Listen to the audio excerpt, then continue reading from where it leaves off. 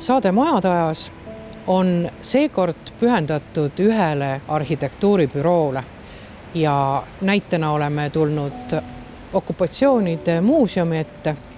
Mis arhitektuuribüroost meil täna juttu tuleb? Täna räägime Eesti noorema põlve ühest edukamast ja omapärasemast arhitektuuribüroost nimega Kava, kus hetkel tegutsevad arhitektid Siiri Valner ja Indrek Peil. Külastame nii seda muuseumihoonet kui ka Lasnamäe kergejõustikuhalli, aga samas räägime lühidalt ka nende teistest töödest.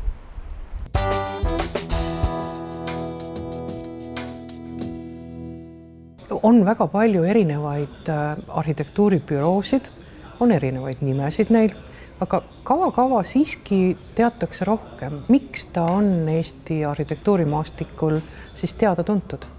No Kava, kes praegusel hetkel koosneb arhitektidest nimega Siiri Valner ja Indrek Peil. Varasemalt on seal olnud ka sellised arhitektid nagu Katrin Koov, Heidi Urb ja teised. Ka Veronika Valk on nende juures kunagi olnud. Et Kava loomingut iseloomustab teatav sügavus, kvaliteeditaatlus, inimesele, ruumikasutajale, emotsionaalse kogemuse pakkumine. Nad on arhitektid, kes esindavad seda põlvkonda, kes sai tuule tiibadesse 2000. aastate alguses ja said tõelise tegid oma tõelise tähelennu nendel buumiaastatel, et kui Eesti liitus Euroopa Liiduga ja läks lahti aktiivne ehitustegevus. Tõusis esile noorte arhitektide põlvkond, näiteks Kokko arhitektid, Salto arhitektid, mitmed teised bürood ja nende hulgas ka Kava. Aga mis Kava loomingut läbi selle 10-15 aasta on iseloomustanud ja eristanud, on just see arhitektuuri kui kultuuri praktiseerimine. Kui on osad bürood, kes pigem tegelevad arhitektuuri kui äri ja teenuse pakkumisega, siis nemad teadlikult lähenevad ehitatud keskkonnale ideepõhiselt, probleemipõhiselt ja püüavad hoonetesse ja nende kasutajatele sisestada või nende ruumide kaudu pakkuda midagi sellist, mida pelgalt mingi tavalise funktsiooniga ruum ei paku. Meil on kuidagi õnne olnud projekteerida ka selliseid hooneid, mis on nagu heas mõttes kultuurselt kasutatavad. Ja Kava nii-öelda portfoolios või nende tööde nimekirjas ongi põhiliselt avalikud hooned. Nad on teinud väga vähe elumaju, eramaju. Selle kohta võivad nad ise kommenteerida, miks nad nii vähe on teinud. Võib-olla kõige tuntum nende eramu on villalokaator Paldiskis, mis on selline puhaste betoonpindade ja suurte klaasakendega üsna luksuslik eramaja, mis on ehitatud endisel sõjaväe territooriumil. Ja ka selle hoone puhul on oluline see, et seal on teadlik püüe suhestuda selle ajaloolise kontekstiga. See asub endisel sõjaväe territooriumil ja selle hoone konstruktsioonis on osaliselt kasutatud nõukogudeaegseid varemeid, mis küll uue arhitektuuri puhul ei domineeri seal, aga nad on selgelt tugev osa sellest ideelisest arhitektuuri ideelisest poolest seal. Aga kui see on pigem erandlik projekt, siis tõepoolest nii erinevaid kultuuri ja haridusasutusi on Kava teinud mitmeid. Et praegu me oleme näiteks okupatsioonide muuseumis, mis valmis ka arhitektuuri võistluse tulemusena. Aastal 2000 toimus võistlus ja hoone ise valmis aastal 2003. Et nüüd 12 aastat hiljem võib öelda, et see hoone on vananenud üsna väärikalt. Et ta mõjub endiselt värskelt Tallinna kesklinnas üsna haruldase asukoha peal ja oma ümbruse kontekstis kindlasti eristuv hoone.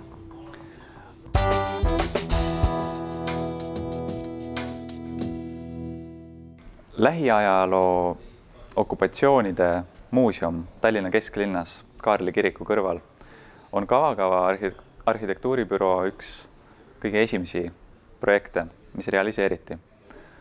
Autorid on Siiri Valner ja Indrek Peil. See hoone on väga värske arhitektuuriga ka praegu, 12 aastat pärast valmimist. Mitmed inimesed on kritiseerinud seda hoonet tema suuruse, kuju ja asukohta mittesobivuse pärast. Ometi loob see siin Toompea tänava ja Kaarli puiestee nurga peal olev väike 1- või 1,5-kordne hoone omamoodi dialoogilise katkestuse ja linnaruumi. Tekitab küsimusi, et miks just selline hoone, miks just selle koha peal. Arhitektid ise on varasemalt kommenteerinud seda, et hoone kuju, mis on selline suures osas ühel korrusel kulgev, niisugune lainetav, tõusva ja langeva põranda ja laepinnaga ruum kui muuseumi tüpoloogiast ja muuseumi vajadustest lähtunud hoonet. Et just sellepärast on see hoone selline, nagu ta on. Ja selle hoone puhul ei ole näha niisugust võib-olla tavapärast klišeelikku ajaloo heroiseerimist, mida me näeme kas või näiteks Vabaduse väljakul oleva Vabadussamba puhul. Et siin okupatsioonide muuseumis tegeletakse ajaloo ja inimeste kannatustega delikaatselt. See ruum on tugeva karakteriga, aga samas väga toetav ja teataval määral ka hubasust pakkuv.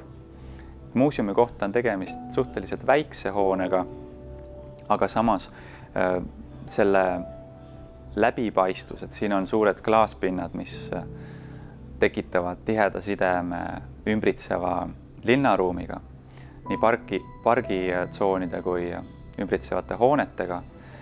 Et see ikkagi loob sellise tervikliku ja väga kasutajasõbraliku keskkonna. Selle hoone siseruumis on eriti hästi tajuda seda, kuidas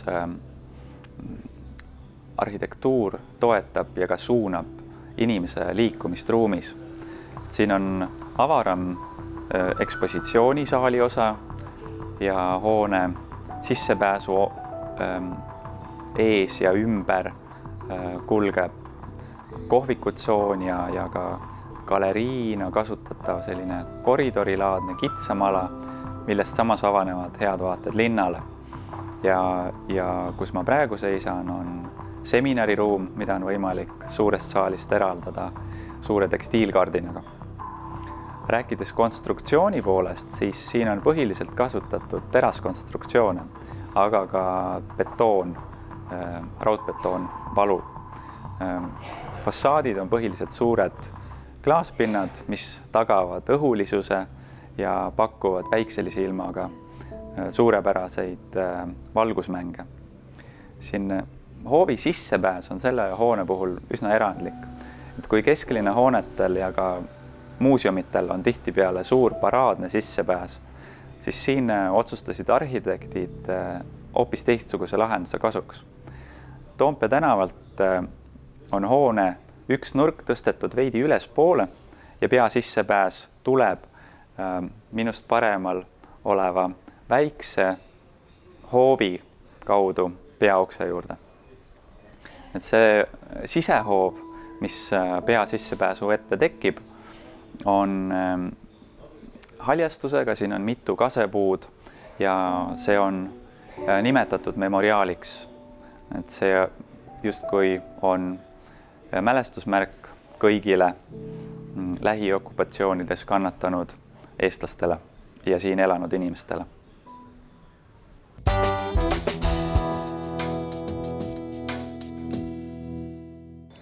Nüüd me oleme tulnud Lasnamäe kergejõustikuhalli Tallinnas. See on Siiri Valneri üks kõige esimesi projekte, mis reaalselt hoonena valmis ehitati.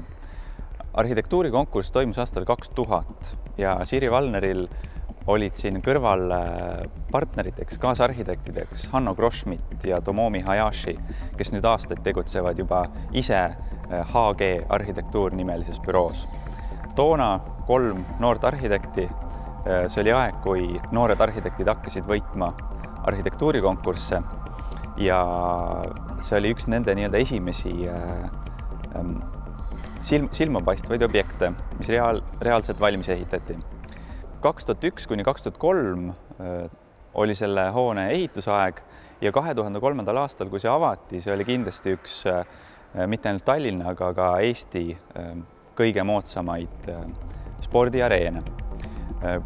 Spordiareen, kergejõustikuhall on iseenesest hästi praktiline ja pragmaatiline hoone.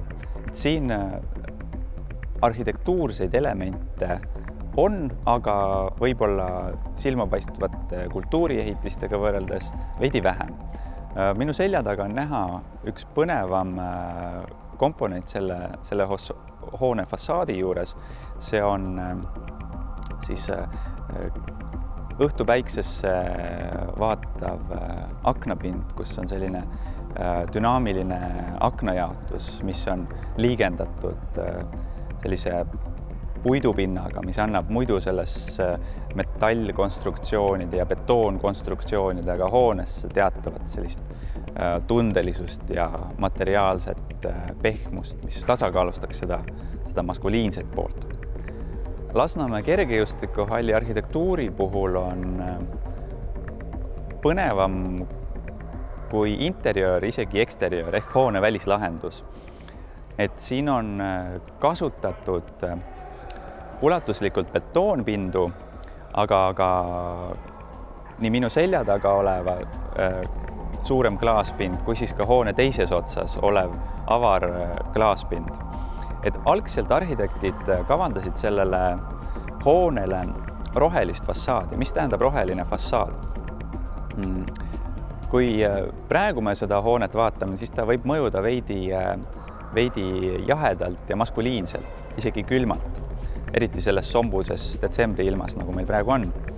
Aga arhitektid tegelikult algselt plaanisid sellele hoonele suures osas ümber istutada viinapuu väetidest sellise tingliku sirmi, et siis hoone oleks kaetud niisuguse rohelise loodusliku fassaadiga.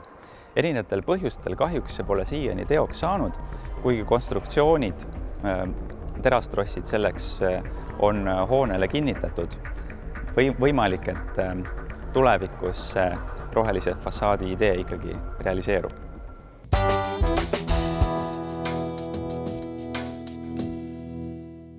Tänane saade on keskendunud Kavakava arhitektidele ja Siri Valner, teiega ongi mõistlik rääkida sellest, kes need Kavakava arhitektid on?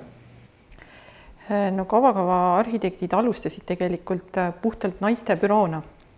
Et alguses meil oli 4 tüdrukut ja see nimi sai tegelikult ka pandud nagu kokku nendest esitähtedest ja meil oli siin Katrin Koov ja Kaire Nõmm ja Veronika Valk ja mina siis.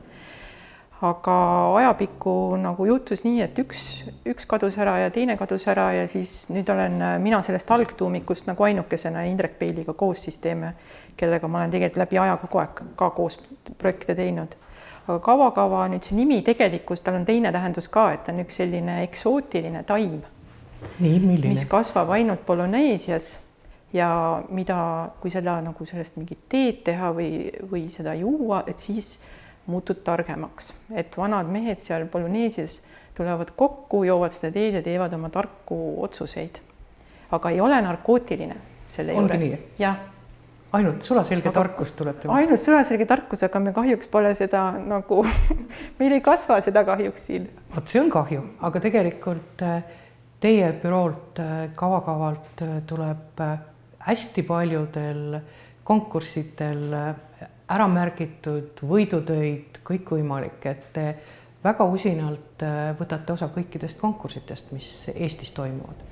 Jah, see on, kuna meile meeldib teha selliseid keerulisi ja huvitavaid ja väljakutsuvaid nagu ülesandeid lahendada, siis sellised tööd tulevad ikkagi läbi konkurside, et me teeme küll ka lihtsaid asju, aga noh, me ikka nagu meile meeldivad ikka need põnevad väljakutsed, et sellepärast me osaleme, jah. Üks põnevatest väljakutsetest on see trepp Rakveres. Rakvere trepp on üsna selline eripärane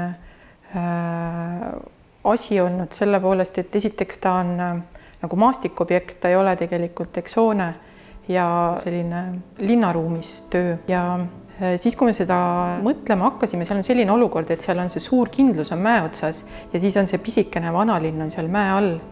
Ja no põhimõtteliselt seda treppi on vaja ainult selleks, et inimesed vabal ajal lähevad aega veetma ja ronivad sinna üles mäe otsa või siis tulevad alla tagasi. Ja siis me mõtlesime, et oleks nagu tore, kui midagi nagu valmistaks neid ette selleks mõõtkava muudatuseks või see, et nad alustavad sealt pisikesest maailmast, jõuavad sinna üles selle suure kindluse juurde või siis vastupidi. Ja noh, sealt meil tuli see mõte, et trepp algab sellise pisikese nagu kääbustele mõeldud või sükste praktiliselt poole sentimeetrine aste on seal või kõige väiksem, mida üldse betoonis sai teha, selles mõõdus aste on siis esimene ja siis järk-järgult kasvavad kõik astmed suuremaks ja viimane on siis umbes 80 sentimeetrit selle laua kõrgune, et see on selline, kus inimene saab veel astuda nagu ilma, et ta peaks sihuke noorem inimene saab astuda hops ülesse ja mida me nagu tahtsime katsetada, oli seal tegelikult see, et kui me neid suurusi kõiki muudame ühtlaselt, et kas, kui sellest trepist liikuda, et kas keha nagu kohandab ennast sellele muutusele sujuvalt, et ja tegelikult ta kohanebki, et seal ei teki väga suurt sellist nagu komistamist, muidugi on kohe näha ka, et tegu ei ole tavalise trepiga, et tuleb natuke tähelepanelikum olla, et uurida nagu seda füüsilist kogemust. Aga see võib-olla nagu üks huvitav aspekt oli see veel, et me tahtsime teha nagu täpselt selle, järgida seda mäekuju ka nagu mäe reljeefi ja nüüd seda nagu kahte asja kokku panna, et see kurv saavutada ja siis see hästi-hästi ühtlane kasvamine kõikides mõõtmetes nagu sügavuses, kõrguses ja laiuses. Et see oli päris keeruline, et mul vend on matemaatik, ta tegi mulle väiksed, alati on nagu trepi valem on olemas selline arhitektidel. Klassikalisel trepil on see hästi lihtne see valem, aga meil tuli see tohutu keeruline, aga mul vend tegi selle ära. Siis kui ma vahest loenguid pean, siis ma näitan seda valemit ka, siis kõik naeravad, see on tohutu keeruline. Ja ta tegi meile väikse programmi, siis me saime sinna lihtsalt sisestada ja katsetada ja siis saime need õiged astme suurused kätte. Pööraselt huvitav, kui kaua sellega aega läks? Ei, see oli ikka siuke lühike projekt. Ma arvan, et ikka üks lühemaid, mis meil on olnud, et sellepärast on nagu need mälestused ka sellised head, et vahest lähevad need protsessid nii pikaks, et siis tüütab ära, et meil on ikka sellised 10 aastat võib siin vabalt mõni projekt olla. Te ei tee praktiliselt üldse eramuid või neid on ääretult vähe? Me oleme teinud küll, et kolm, üks on praegu ehituses, kolmas. No see on päris kõva sõna. 3 aastaid on väga palju läinud. Et põhiliselt on ikkagi ühiskondlikud hooned ja mis minu jaoks oli natuke üllatav, et päris palju spordihooneid. Jah, see oli võib-olla tegelikult nagu juhus, et kuidagi Eestis käivad need asjad lainetena, et meil ehitatakse mingid, ja mulle tundub, et mingid programmid on, et nüüd ehitame spordijoonid ja siis tuleb hästi palju ridamisi. Praegu on nüüd see, et teeme neid linnaplatse ja paari aasta pärast näete, kuidas tuleb linnaplatse palju. Aga et see juhtus kuidagi niimoodi jah, et meil oli mitu spordijoone projekti. Jah. Kas see tagurpidi asi on ka teil, et kui on Purskkaev Kopli kalmistupargis tagurpidi ja ka Narva kolledži juures on ju tegelikult seda tagurpidi asja. Mis teil mis teema sellega on? Jah, ma ei ole nagu seda, see oli nüüd huvitav. Me ise oleme nagu seda mõtelnud, et meil on nagu selline tühiku teema või et meil on nagu mingi näiteks seal Kopli Purskkaevus või ka Narvas, et see kõige tähtsam koht või see fookus, see on nagu tegelikult selline tühi ruum või mingisugune imaginaarne ruum, kuhu siis inimene võib ise oma loo kuidagi nagu ette kujutada või selline, jah. Nüüd räägiks natuke sellest Narva kolledžist siiski lähemalt, et see on kas võib öelda, et see on üks tuntumatest teie objektidest? Jah, see on kindlasti nagu selline kõige kurikuulsam. Vähemalt selle ehituse ajal oli ta selline nagu kurikuulus. Pärast on ta saanud rohkem seda positiivset suhtumist sinna juurde, aga ehituse ajal oli see päris suur selline võitlus või seda. Aga mis talle ette heideti siis? Seal kindlasti üks põhjus oli see, et sellest Narvaga ei olnud nagu keegi tegelenud.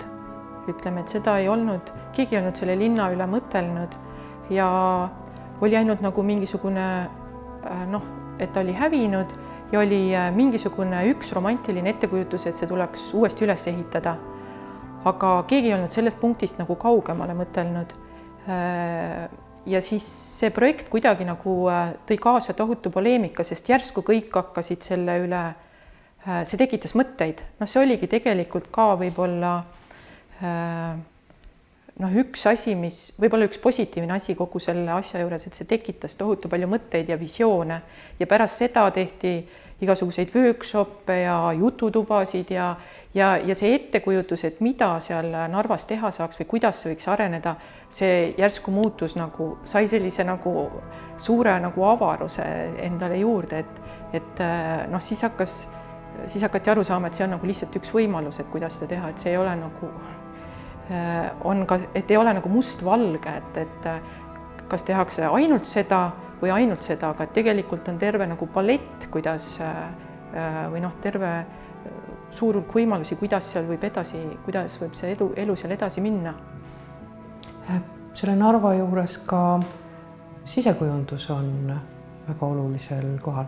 Jah, meil on, me oleme, kuna need objektid on meile küllaltki nagu suured olnud, et siis me oleme palju võtnud sisekujundajaid nagu eraldi endale juurde ja meil on üldiselt alati nagu sedasi nagu see on olnud nagu omamoodi põnev või see on meil nagu mingis, me iga kord ei ole väga alati 100% rahul, aga igal juhul me oleme jõudnud mingisuguse päris hea tulemuseni, sest neid sisekujundajad on ka alati nagu tunnustatud nagu eraldi veel selle sisekujunduse eest.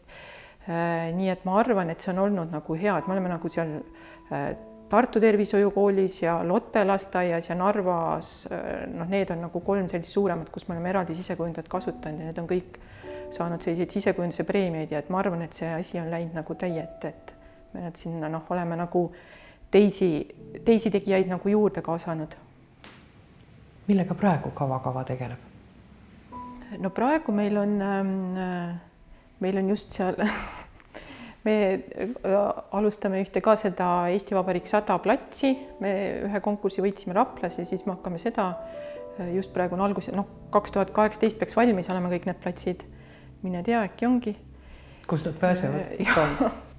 See on nagu siis meil on üks hästi huvitav projekt, mis me praegu teeme on, see Tootsi on muidugi hästi huvitav, aga see on selline ideeprojekt. See, mis on nagu kultuurikatla sarnane on, aga siis on meil veel üks hästi põnev on tuletõrjedepoo, mis on tüüphoone tegelikult. On niimoodi, et selline huvitav asi, et Eestis kõik asjad nagu tsentraliseeritakse ära, proovitakse, et isegi haiglad nagu viiakse kokku üheks tohutu suureks haiglaks. Aga tuletõrjedepoo on selline funktsioon, mida ei saa tsentraliseerida, sellepärast, et need peavad nagu jääma kohtade peale ja siis tahetaksegi ehitada ühe nagu sellise tüüpprojekti järgi pisikesi depoosid väikestesse kohtadesse üle Eesti ja siis esimene tuleb Vastseliinasse ja siis seda konkreetselt me teeme, aga siis täpselt seda sama projekti siis kasutatakse mujal ka sellistes pisikestes kohtades, aga see on ta on nagu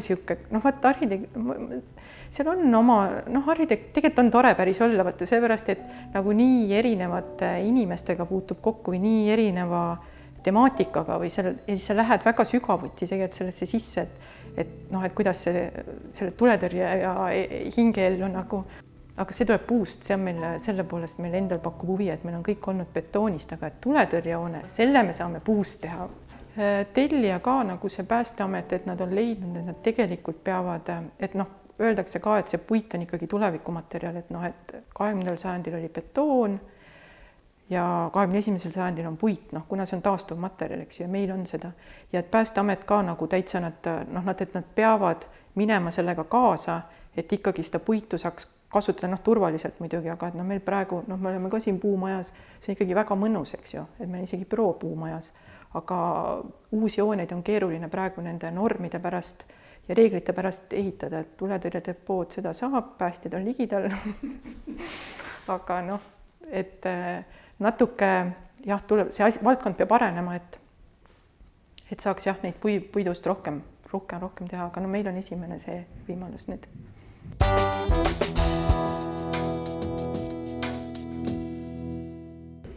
Eelmise saate vaataja küsimusega tahtsime teada, kes oli praeguse EKA esimese sisearhitektuuri kateedri juhataja. Õige vastus oli Richard Wunderlich. Palun, kes võitis? Kaia Niiler.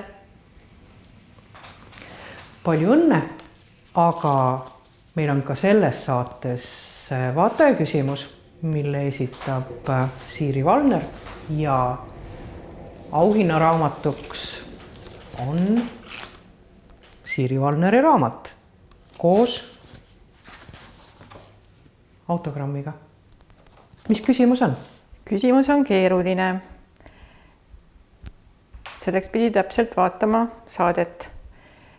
Ja küsimus on, kui kõrge on Rakvere trepi kõige kõrgem aste? Niisiis, kellele esimese korraga jäi meelde, kui kõrge see viimane kõige kõrgem aste on, väga hea. Kellele ei jäänud, vaatab saate uuesti ära ja 1,5 nädala jooksul palun vastused saata meilile majadajas@tallinnatv.eu. Ja sellega on meie saade lõppenud. Kohtume taas 2 nädala pärast.